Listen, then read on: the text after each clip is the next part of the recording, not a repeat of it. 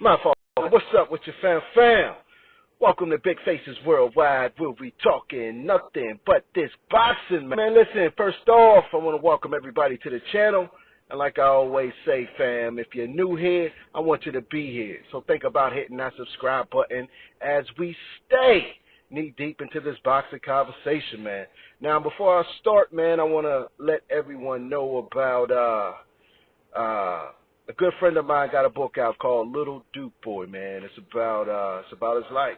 You know what I'm saying? It's about how inner city, young black kid, man, who gets into things that that we do in the hood, and how he's able to turn his life around. It's a really good book, man. Go check it out on Amazon. You can cop it. It's about $20 or something like that. It's well worth the read.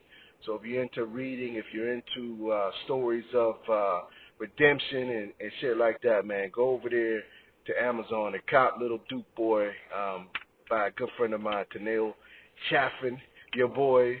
Big Will's in the book, man. So, go check it out, man. Now on to this boxing talk, man. J-Rock has been reported on Boxing Scene, man, that J-Rock does not want the immediate rematch with Jeison Rosario. Now, J-Rock gave Jared Hurd all type of shit for not taking the immediate rematch with him, man. I think J-Rock, he got a little big-headed when he won the title, when he defeated Jared Hurd. He was just doing extra stuff, man, putting tweets out on Twitter talking about, if you want to fight me for these titles, you're going to have to take 3 months of VADA testing, and, which is not the problem. It's just the way that J-Rock was going about it, like he was, walking around with his chest poked out, beating on his chest, man. He, was saying that, Jared Hurd can never beat him. You know what I'm saying? And he understand why he didn't take the rematch and, things like that there, man. But Jared Hurd had a legitimate excuse for not taking the rematch. You know what I mean? Jared Hurd just fired his trainer. He just parted from his longtime trainer at the time. He didn't have a home gym. He was in search for a trainer. He was in search for a gym. So why would he go into a fight, a rematch, when your mind's all messed up, you don't have a coach, you don't have a gym? Which one, me just pick up a coach and from anywhere and go right into the media rematch? We haven't had a chance to bond, haven't had a chance to get together. No, man, no. So Jared Hurd did the right thing, man. He did the right thing, man. He went and found Coach K, found a new gym, took some time to gel together, man, to get to know each other, man, to get to know Coach K's system. You know what I'm saying? Had a tune-up fight, worked on some things. The crowd was booing a little bit because they wasn't used to, Jared Hurd boxing like that. But Jared Hurd was working very good off his jab, you know what I'm saying, sticking that jab out there, and, when it was time to get the opponent out of there, he got him out of there. Now, J-Rock's situation is completely different. Everything in J-Rock's camp and team is still in place. You know what I'm saying? His coach is still in place. His coach was on Michael Wood's podcast, you know what I'm saying? And he spoke about how he cannot live with the fact that he cannot sleep at night. Let me reframe that. He cannot sleep at night with the fact that Jeison Rosario beat J-Rock.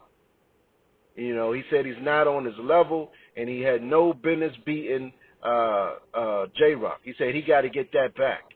He said he got to get that back. He got to make that right. He said if he didn't make that right, he will be highly disappointed in Julian. Those are his exact words. I did a video on it as soon as it was out, man. You can go in my archives and check it out. He said he would not be happy with Julian if he did not go back and knock out Jeison Rosario. These are the words from Stephen Breadman Jackson. Stephen Breadman Edwards, excuse me. You know what I'm saying? That's the trainer. That's his trainer. I think that, Julian he lost his confidence. When Charlo first beat him, you could tell that his confidence was shattered. You know, he wasn't sure of his chin. He came back, you know, in his comeback fights, especially the fight with Nathaniel Gallimore. You could see that he was fighting tentative. He was fighting scared per se. He wasn't sure of his chin. You know what I'm saying? But leading up to that Charlo fight, J-Rock was talking all the shit in the world, man. You know, he was talking shit to anybody who would listen, calling the Charlo brothers, saying they was on steroids and, you know what I'm saying, all that type of talk right there. And people was wondering, you know, why Charlo was so angry with him. Why Charlo didn't accept, you know what I'm saying, his congratulations after the fight. If y'all remember, J-Rock came, you know, after he got knocked out, after the fight, he came over to Charlo's corner, man, and Charlo was still heated, like, nah, get the fuck out of here. And the crowd didn't understand it. The crowd started booing. That's because they didn't know the story. They didn't know that J-Rock was talking all this shit, you know, about him using steroids, about him scared to fight him, you know what I mean, and all that talk right there, man. And you know, I like J-Rock's skill set, man. Like I said, he's a PA boy, man. It's PA all day, you know what I mean? But I just think that, you know, a lot of times, man, fighters get a little, you know, they have a dominant performance, and then they get a little cocky. You know what I'm saying? I think that's what J-Rock was, man. He didn't look at Rosario as a threat. If you watch the lead up, the build up to that fight, man, he didn't, you know what I mean? He was like, he didn't pay no attention to Rosario. Rosario was just like, you know, another guy there, man, for him to put on the show against.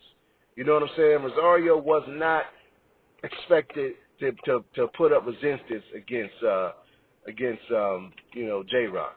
They thought J-Rock was just going to go in there and wash this boy, man. You know what I'm saying? They thought he was going to go in there and shine in Philadelphia, in his hometown, where everybody he know was there. When you have a hometown fight, man, everybody you know is going to be there. Ever knew. You know what I'm saying? Just because they can say, man, I knew him. I went to school with him. I used to do this with him. I did that with him. I used to see him. He go to the same barber I go to. So everybody that you know is going to be at that fight. You know what I'm saying? And when you get beat the way he got beat, it's embarrassing. You know what I'm saying? It's embarrassing for your pride. And you wonder, you know what I'm saying, how the hell I'm gonna bounce back from this? You know what I mean? How am I going to get back from this? And J-Rock is doing that right now. You know what I'm saying? Is it the right move for him to wait? By listening to Stephen Edwards, the bread man is against his wishes. Bread man wanted that get back immediately. Like I said, go look at my video when I talk about that.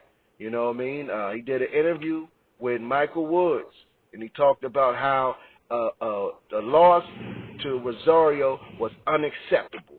He did not accept the loss against Rosario. He said if Julian Williams does not go back and get that get back, he will be highly disappointed in him, and he will let Julian know about it. He said he can stomach the loss to Charlo because Charlo may one day be in the Hall of Fame, but a loss to a guy like Jeison Rosario, he said he wasn't feeling that. He couldn't stomach that. You know, in other words, he says Rosario is not on his level. Rosario should have never beat Julian J-Rock Williams. You know what I'm saying? So I don't know why he's not taking this rematch. I think it's a mistake. I think you know, he was in his hometown. He wanted to put on a show, and he fought the wrong fight. And by fighting the wrong fight, he got caught slipping. He wasn't aware that this guy Rosario, you know, Banana, he was hungry, man. He was hungry. You know what I'm saying? He was focused, hungry, dialed in, and he got pop in his punches. J-Rock wasn't ready for that, man, because he was underestimating him. You know what I mean? He was underestimating him. So I don't know what he's going to do, man. Is he going to go back to the drawing board and take a couple tune-up fights, then try to get himself back in line for a title shot? You know what I'm saying? If he's not taking this fight, so there's no guarantee that he'll get right back in the title position, man. From what I gather, you know what I'm saying? From what I gather, Iron Kong, what's up with your fam? From what I gather, they may be putting a fight together with Rosario and Jermell Charlo. That's that's been the talk, man. I'll try to link the article in the description when this video is over, man. But yeah, man, they're talking about putting that that unification fight together, man. I think Charlo wins that fight. You know what I'm saying? Charlo's known to have different facets to his game. You know what I mean? And it was evident we seen in that Tony Harrison rematch. Charlo can. I've been knew this. A lot of people didn't know that Charlo can box off the back foot. You know what I'm saying? Before he got with Derrick James, Ronnie Shields had him boxing more. You know what I mean? He was moving a lot more. He got with Derrick James and started sitting on his punches a lot more, and you know what I mean, start getting knockouts, and he fell in love with the knockouts. But with the second Harrison fight, Harrison was you know what I mean, had some pop. So he was forced to, you know what I'm saying, he was forced to stick and move a little bit, man. What my man Aaron Kong says, he says, Hurd took heat for not doing the rematch immediately. I hope they do the unification. 154 is a division where there is no dominant champ and anyone can lose. You are right, man. I agree with that 100%, man. Those guys, you know what I'm saying, those guys at 154, they are all hungry. They are all talented. You know what I'm saying? And it's like a football game. Any given Sunday, any given Saturday, anybody can win in a 154-pound division. You still got Erickson Lubin, man. I think he won the WBC the mandatory or something like that. He won the title eliminator. So Lubin's back up there at the top and waiting for his chance to get in the mix. You know what I mean? There's a lot of dudes, man. Castano, he's ready to fight Teixeira for that WBO strap. You know what I'm saying? And if he wins that, then he brings that back over to the PBC. And, that'll be all the belts over there with the PBC. You know what I'm saying? That'll be all the belts over there with the PBC. Jamel got the WBC. Rosario got the WBA, IBF. And if Castano is able to beat Teixeira, then he'll come back to the PBC with the WBO, man. But 154 is hot. 154 is hot and heating up, man. And I can't wait to see the way it unfolds, man. But these fights over the weekend, man, what y'all think about these fights, man? You know what I mean? F.A. Ajaba, I'm gonna start with him. He went up against Kanjani, you know what I mean? And I thought that F.A. would have a more dominant performance. I thought he would be more dominant against Kanjani. I seen, Kanjani knocked out by Daniel Dubois. I seen him knocked out by Luis Ortiz. And I was just 100% sure that F.A. was going to get this dude out of there real quick, man. What I'm going to say may not be popular. A lot of people may not like this. But in my opinion, F.A. is a hype job. F.A. is not what they say he is, man. I see a lot of flaws in his game. It seems like he punched. He got a pretty good power. You know what I'm saying? But he ain't. I don't see him beating none of the top guys no time soon, man. He got too many defensive flaws, man. He gets hit way too much. There's no way a guy like, no disrespect to Kanjani, there's no way Kanjani was supposed to be backing him up and wailing on him the way that he was. If F.A. is what everybody makes him out to be, man. It's some type of monster, you know what I mean? Nigerian nightmare type of guy, man. You know what I mean? So I think F.A. got some work to do, in my opinion. I think he's good, but I don't think he's nowhere near ready for nobody at the top. You know what I mean? Nobody at the top, man. And Adam Kwanaki, man, going up against Robert Hellenius. Man, what a upset there, man. You know what I mean? This guy, Kanaki, I believe the fight with Areola, I think that took something out of Kwanaki, man. That fight was a rock'em, sock'em, drag-out type of fight. Both of those guys was landing all type of hard shit on each other, man. You know what I'm saying? And I'm like, God damn, how these dudes able to withstand this type of punishment, man. But they was going in on each other, man. You know what I'm saying? They was definitely going in on each other, man. My man Iron Kong says, I don't mind that FA went late. He need them rounds so we can see more of his stuff. His last 2 fights, now he had a tough time. Remember, he got dropped by another guy before Kazana. Yeah, man, he got dropped, man. Being too confident, being reckless when he thought the guy was out of here coming in and he got dropped. Ronnie Shields, he keeps saying that he wasn't hurt by the punch. But you go back and look at that, man. He was buzzed a little bit. He was buzzed in there. You know what I'm saying? So the jury's is still out for me about F.A. Ajaba. But Adam Kwanaki, man, Adam Kwanaki, in my opinion, this was inevitable. There's no way that he could keep fighting like that, taking that type of punishment at the top level, man. It was bound to happen. It just happened by a guy, who many thought was past his prime, who many thought there was no way he could win. You know what I mean? Alanius came to win. He's a big guy, man. He's a big boy. All them heavyweights is big dudes, man. And Kwanaki hurt Helenius in the fight too. He hurt him a couple times, man. But, you know what I'm saying? Kwanaki was the one who suffered the most damage, man, and I think it was a good stoppage. You know what I'm saying? It's a setback for him. The PBC's been taking L's in heavyweights, man. Like, their heavyweight scene ain't looking as promising as it was last year. You know what I mean? PBC, Wilder went down. Kwanaki went down. Charles Martin, you know what I'm saying? He ain't no elite heavyweight. He's looking good. I like his attitude. I like his approach. But let's face it, he's no elite heavyweight. You know what I mean? But Kwanaki, he got found out. He got found out that having no defense, just coming in, throwing punches, that ain't gonna work. That ain't gonna work all the time. You know what I mean? You got to have some type of defense. You got to have some type of head movement. And he just didn't have it, fam. He just didn't have it, man. But, I want to see what's up with Canelo Alvarez and Billy Joe Saunders, man. If Billy Joe Saunders come in shape, I think it's going to be a good fight.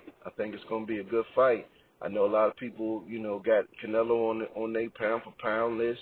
And think he's the end all be all of boxing, but Billy Joe Saunders can fight, man, and that'll be a real interesting fight. You know what I'm saying? I'm looking forward to seeing that fight, and hopefully it be better than advertised. You know what I mean? But what's the deal? What you guys think about all this glove gate talk? Tyson Fury's gloves, you know what I mean? His gloves wasn't on his hand. His fist was where the wrist was supposed to be. You know what I mean? I gotta admit, like, I ain't really want to touch this, man. You know what I mean? But there's so much shit out there about it.